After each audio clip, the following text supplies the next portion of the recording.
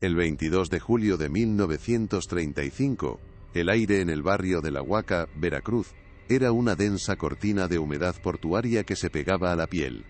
Pero más allá del bochorno, un hedor a cempasúchil marchito y el dulzón humo del copal impregnaban cada rincón de una antigua casona colonial. Las campanas de la iglesia de Santa Rita, cercanas al bullicioso malecón, doblaban a muerto con una lentitud que parecía desgarrar el cielo plomizo, anunciando el fin de una era. Dentro, el féretro de don Elías Romero y Guzmán, un hombre de respetable fortuna y notoria influencia en los círculos portuarios, era cargado con solemnidad. Los murmullos y rezos habituales en un velorio se mezclaban con una tensión palpable, casi eléctrica, que oprimía el ambiente. No era el luto común lo que pesaba, sino un presagio ominoso. Entre la multitud de dolientes, dos figuras femeninas destacaban por su dolor idéntico, casi simétrico. Eran las hermanas Isabel y Sofía López, quienes compartían no solo el apellido, sino una tristeza tan profunda que las hacía parecer reflejos la una de la otra.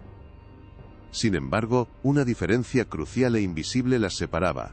Una verdad que ahora, en el día de la muerte de don Elías, amenazaba con estallar.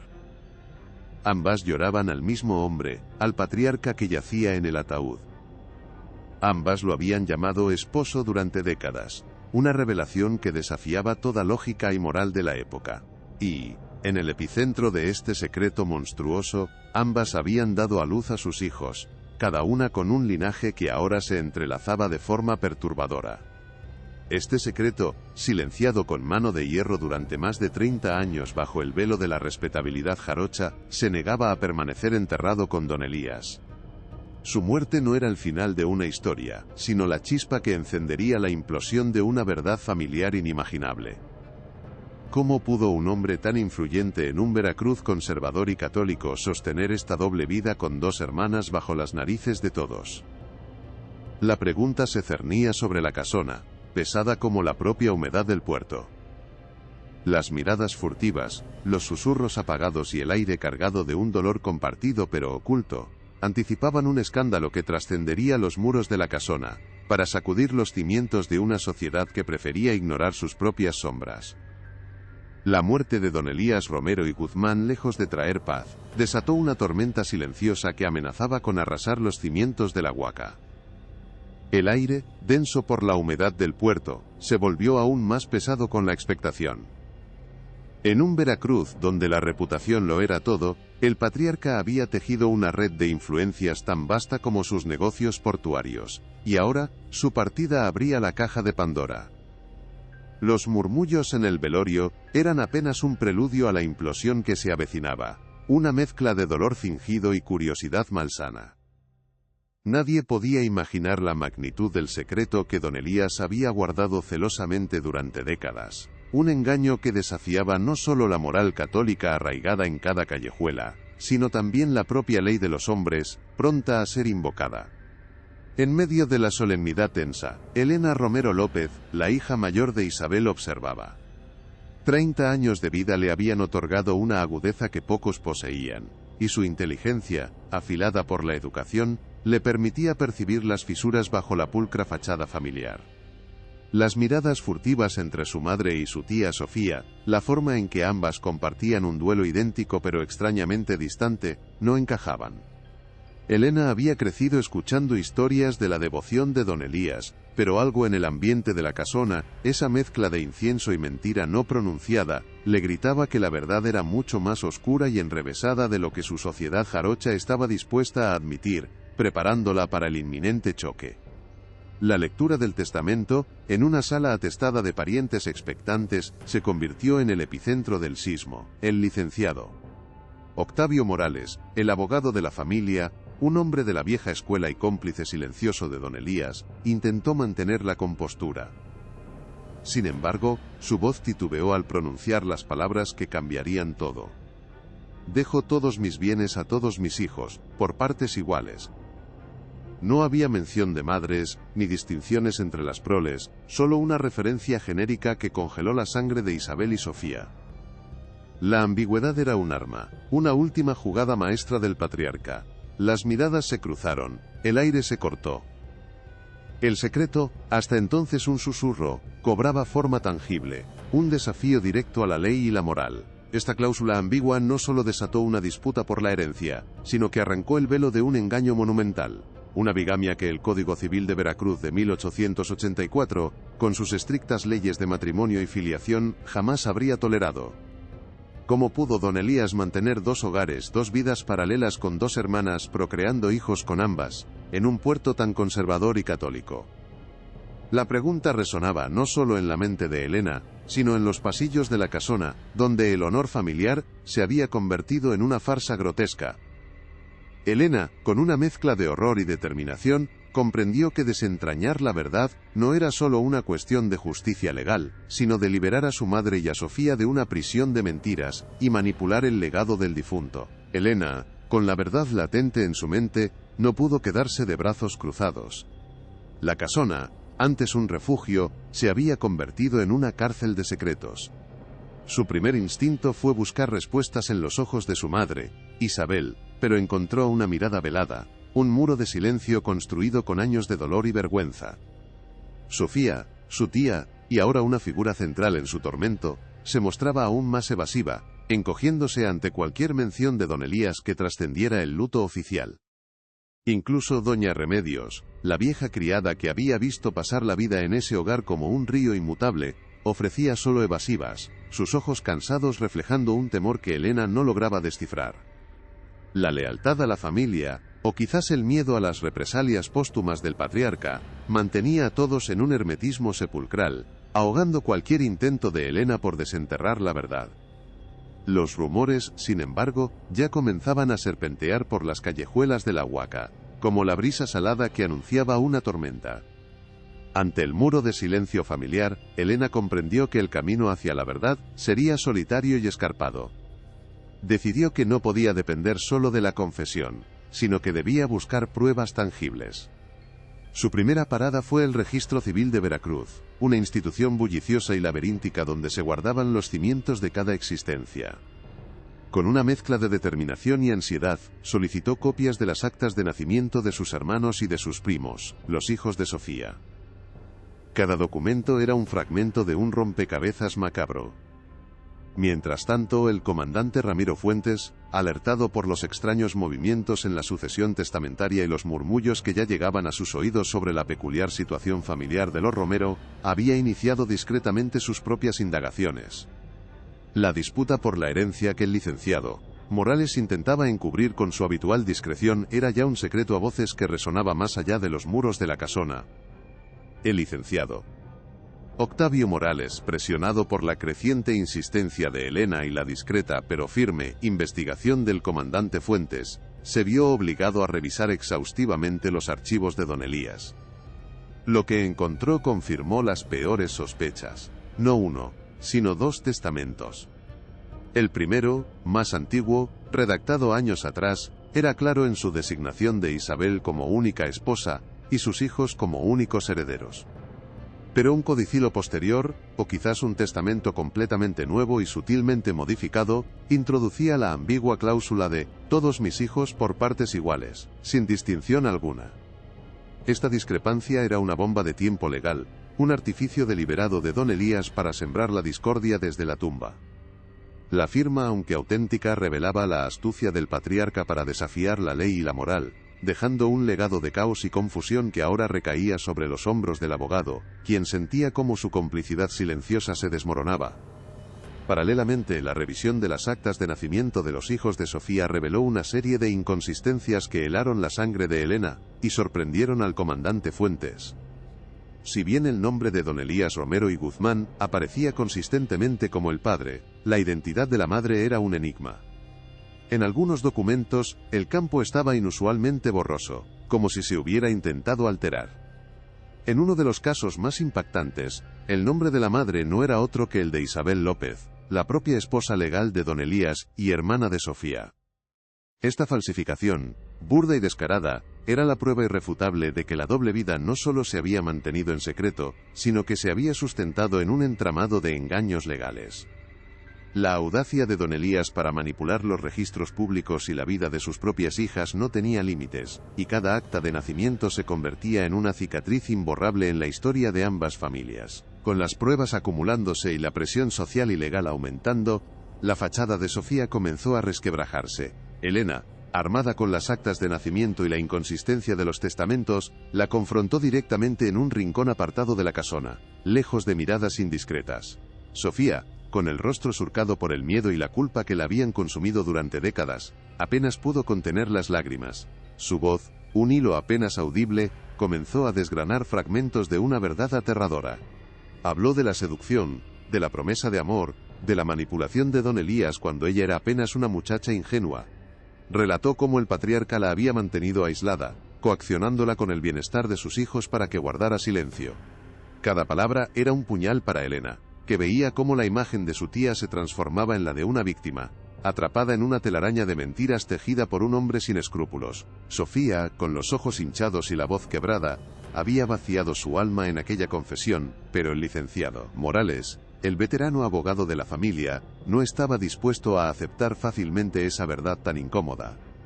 Con su rostro impasible y sus lentes deslizándose por la nariz, intentó desestimar las revelaciones de Sofía como el delirio de una mujer atormentada, o peor aún, como una estrategia para asegurar una mayor porción de la herencia. Señorita Sofía, comenzó con un tono condescendiente, comprendo su dolor y la complejidad de su situación, pero estas son acusaciones graves que carecen de fundamento sólido. Elías Romero y Guzmán era un hombre de gran prestigio. La sociedad veracruzana no tolerará semejantes calumnias contra su memoria, ni la ambición desmedida de algunos herederos. Le aconsejo mesura y sensatez en sus palabras, por el bien de todos y por la reputación familiar. Su tono, más que un consejo, era una velada advertencia, una barrera de formalidad y desdén que buscaba silenciar la verdad recién desenterrada, protegiendo la imagen póstuma del patriarca, y, de paso, su propia complicidad. La reticencia del licenciado Morales no era un incidente aislado, era el eco de una sociedad entera que se negaba a confrontar sus propias sombras. Rápidamente, la noticia de la disputa testamentaria y los rumores de la doble vida del patriarca comenzaron a filtrarse más allá de la casona, pero no para apoyar a Sofía y Elena, sino para intentar sofocar el escándalo. Antiguos socios de don Elías, hombres influyentes en los círculos portuarios y políticos, empezaron a ejercer presión. Llamadas anónimas a la casona, miradas hostiles en la calle, y notas veladas que hablaban de consecuencias indeseables si el honor familiar no era restaurado, se convirtieron en la nueva normalidad. La maquinaria de la impunidad se había puesto en marcha, no con violencia explícita, sino con la sutil amenaza que solo el poder silencioso podía ejercer en un Veracruz, donde la reputación lo era todo. Se sentía el peso de un sistema que protegía a sus poderosos, incluso después de muertos, a expensas de la verdad y la justicia. Elena, a pesar de su inquebrantable determinación, sintió como una ola de frustración la envolvía. Cada puerta que intentaba abrir se cerraba con la pesadez de los secretos y el miedo. El comandante Fuentes, acostumbrado a lidiar con la corrupción y la evasión, no tardó en percibir la magnitud del muro invisible que se alzaba ante ellos. «Este no es un simple caso de herencia, Elena», murmuró con voz grave, mientras revisaba los informes. «Hay fuerzas poderosas que no quieren que esta verdad salga a la luz. Don Elías, incluso desde la tumba, sigue moviendo hilos». La tensión se incrementaba con cada día que pasaba, y la tarea de desenterrar la verdad se volvía más ardua. No solo luchaban contra el engaño de un hombre, sino contra la complicidad de una élite dispuesta a todo para mantener intacta su fachada de honor y respetabilidad, incluso si eso significaba pisotear la justicia y la dignidad de las mujeres involucradas. La frustración de Elena se convirtió en una determinación férrea, alimentada por la inquebrantable convicción de que la verdad debía salir a la luz, sin importar el peso de la sociedad veracruzana. El comandante Fuentes, con su olfato policial curtido en 1000 batallas contra la corrupción y el silencio, comprendió que necesitaban una pieza clave, algo que derribara el muro de complicidad que protegía la memoria de don Elías. Fue entonces cuando doña Remedios, la anciana criada que había visto pasar la vida entera del patriarca entre los muros de la casona, se armó de valor. Sus ojos, cargados de años de secretos, se encontraron con los de Helena, y con voz apenas audible, le reveló la existencia de un diario oculto, guardado celosamente por don Elías en un compartimento secreto de su escritorio, como un último y macabro legado. Era la chispa que necesitaban para encender el fuego de la verdad. El hallazgo del diario fue un momento de revelación escalofriante para Helena y el comandante Fuentes. En sus páginas don Elías no solo detallaba con una frialdad perturbadora su doble vida con Isabel y Sofía, sino que exponía un plan aún más siniestro. Con la pluma de un estratega perverso, el patriarca confesaba su intención de manipular los matrimonios de sus propios hijos, buscando unir a los vástagos de Isabel con los de Sofía, sus sobrinos que eran en realidad sus hijos, para mantener el control del linaje y la fortuna, asegurando que el secreto jamás se revelara. Aquella confesión era mucho más que bigamia, era una red de incesto y manipulación, tejida con una crueldad que trascendía la comprensión humana, destrozando cualquier vestigio de su falsa respetabilidad. Para asegurar la validez de este descubrimiento crucial, el comandante Fuentes dispuso un peritaje caligráfico. Un experimentado grafólogo de la capital del estado, don Ricardo Méndez, fue convocado para examinar minuciosamente la letra y firma del diario, comparándolas con otros documentos oficiales y personales de don Elías Romero y Guzmán. Tras días de análisis detallado, el experto confirmó sin lugar a dudas la autenticidad de la escritura. Cada trazo, cada curva de la pluma, correspondía al patriarca, convirtiendo el diario en una prueba irrefutable de sus confesiones y sus macabros planes. La evidencia técnica solidificaba el caso, desmantelando cualquier intento de la defensa por desacreditar el testimonio o la existencia de un segundo testamento. La autenticación del diario de don Elías marcó un punto de no retorno.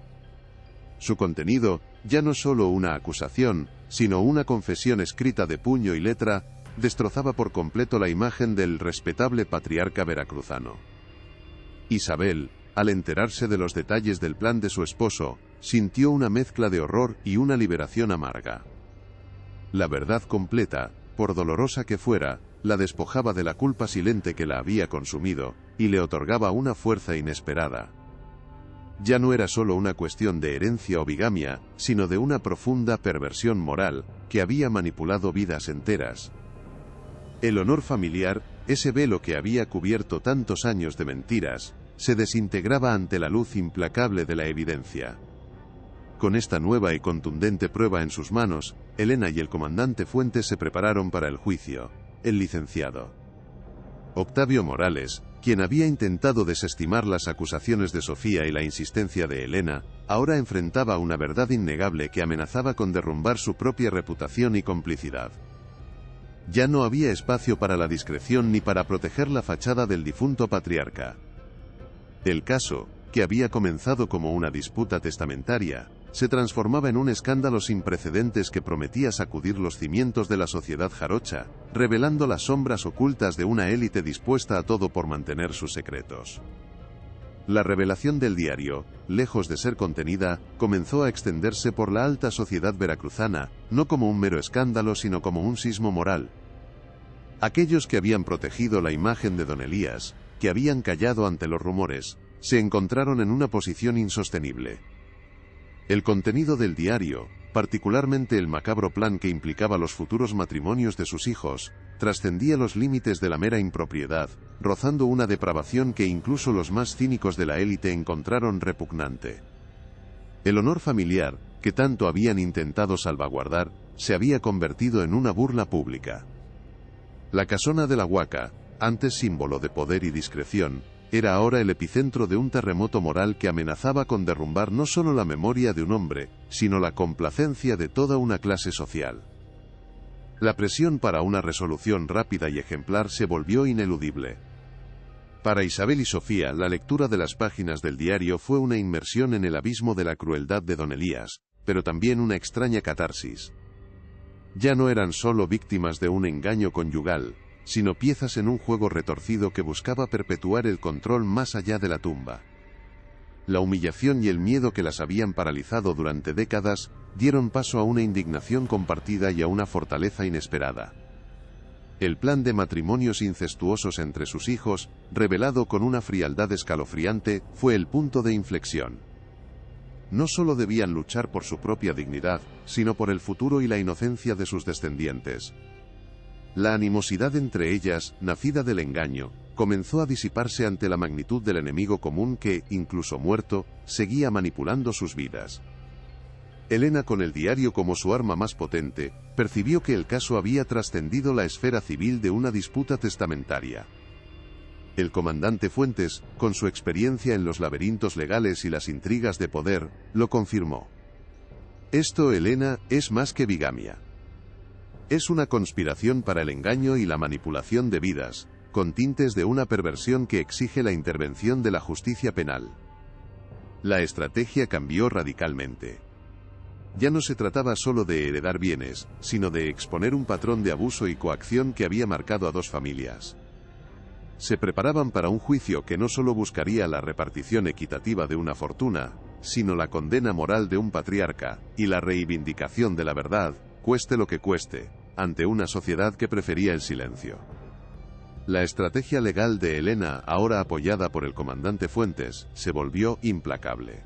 El licenciado Morales, con su reputación en juego, intentó una última jugada para minimizar el impacto, argumentando la invalidez del diario como prueba póstuma, o la falta de jurisdicción penal.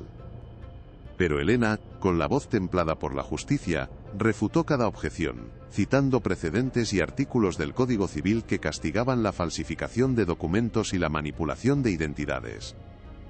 La sala del juzgado, antes un espacio de formalidad, se convirtió en un campo de batalla donde la verdad luchaba contra las sombras de un patriarca que, incluso muerto, se resistía a ser juzgado, dejando claro que el escándalo trascendería las paredes del tribunal. El eco del escándalo no tardó en resonar más allá de los muros del juzgado, agitándose por las calles empedradas de Veracruz como la brisa marina que precede a una tempestad.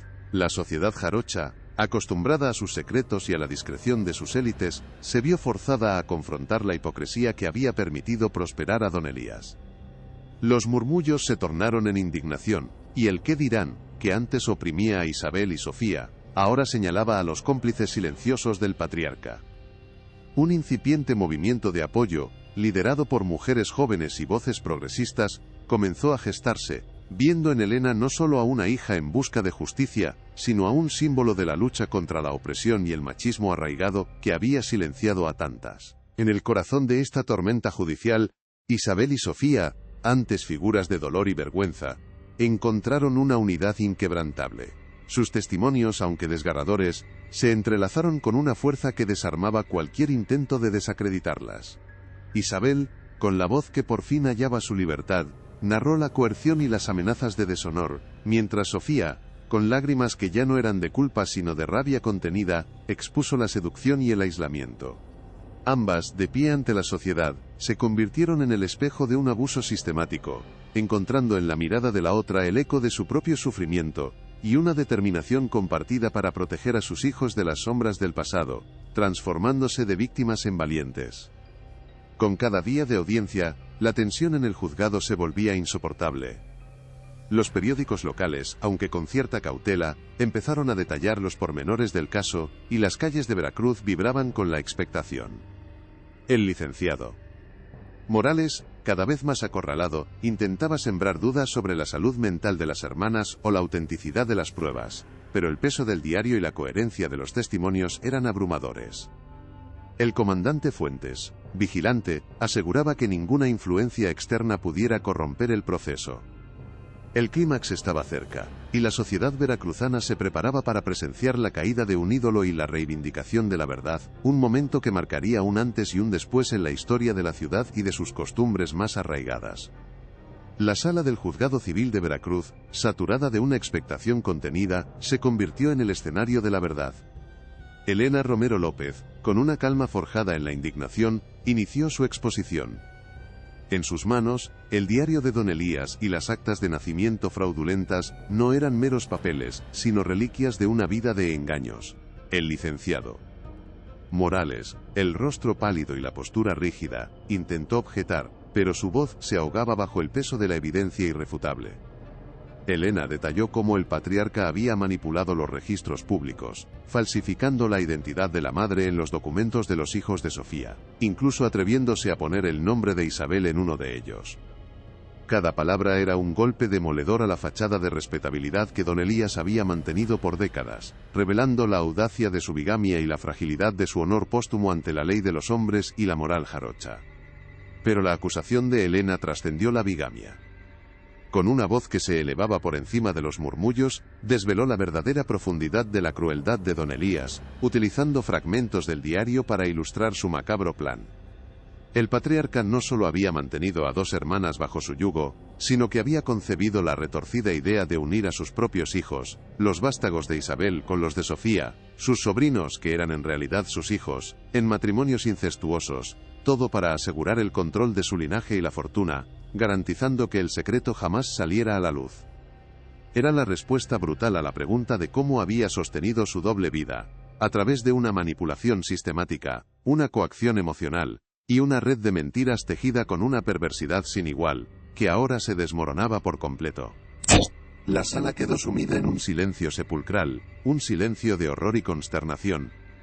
Las palabras de Elena, respaldadas por la letra de don Elías, habían pintado un retrato de depravación que nadie había osado imaginar. Sofía, sentada junto a Isabel, no pudo contener un sollozo ahogado, una liberación de décadas de dolor y culpa. Isabel, con los ojos fijos en el juez, mostró una mezcla de amargura y una extraña paz. La imagen del respetable, don Elías Romero y Guzmán, se desintegraba en pedazos, revelando al verdadero monstruo detrás de la fachada. La mirada desafiante de Elena, ahora no solo la de una hija en busca de justicia, sino la de una mujer que había desenterrado una verdad insoportable, se encontró con la del juez, quien, con un gesto grave, comprendió que estaba a punto de dictar una sentencia que resonaría por todo Veracruz, redefiniendo el honor y la justicia. El fallo del juez, resonando con la fuerza de la verdad, no dejó lugar a dudas. En una sentencia que sacudió los cimientos de la sociedad veracruzana, se dictaminó que todos los hijos de don Elías Romero y Guzmán, sin distinción de madres, eran herederos legítimos de su vasta fortuna.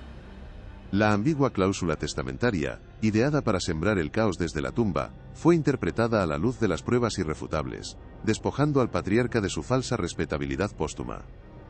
El honor familiar, tan celosamente guardado, se desmoronó, arrastrando consigo la imagen intocable del influyente hombre de puerto. Para Isabel y Sofía, aunque marcadas por el trauma de décadas de engaño, la resolución judicial significó una liberación amarga. Fue el primer paso hacia la sanación, un incierto camino en el que, por fin sus hijos eran reconocidos, y ellas mismas comenzaban a vislumbrar un futuro libre de la sombra manipuladora de un hombre sin escrúpulos. El caso de don Elías, lejos de ser un mero pleito de herencia, se grabó a fuego en la memoria colectiva de Veracruz, como un sombrío recordatorio del poder del machismo y de la hipocresía social. La prensa local, que inicialmente había abordado el asunto con cautela, ahora lo destacaba como un hito. La historia de Elena, Isabel y Sofía trascendió el drama familiar para convertirse en un símbolo de la lucha contra la opresión y el silencio impuesto. Sentó un precedente crucial en la jurisprudencia de la época, reafirmando la importancia de la filiación y los derechos inalienables de los hijos, más allá de la legitimidad de las uniones de sus padres. Las hermanas, antes víctimas silentes, emergieron como figuras de resiliencia, transformando su dolor en una poderosa declaración contra las sombras que la sociedad jarocha había preferido ignorar. La valentía de Elena Romero López al desenterrar esta verdad, la resiliencia de Isabel y Sofía al alzar sus voces, nos recuerdan que la justicia, aunque lenta, siempre busca su camino. Historias como esta, tejidas con engaño y fortaleza, son un testimonio de la incansable búsqueda de la verdad en los rincones más oscuros de la historia. Si este impactante caso te ha conmovido y te ha hecho reflexionar sobre los secretos que a veces se ocultan en las familias, te invitamos a darle me gusta a este vídeo. Deja tu comentario con tus impresiones y comparte esta historia para que más personas conozcan la lucha de estas mujeres. Y no olvides suscribirte a nuestro canal para no perderte el próximo caso, tan revelador y conmovedor como el que acabas de presenciar.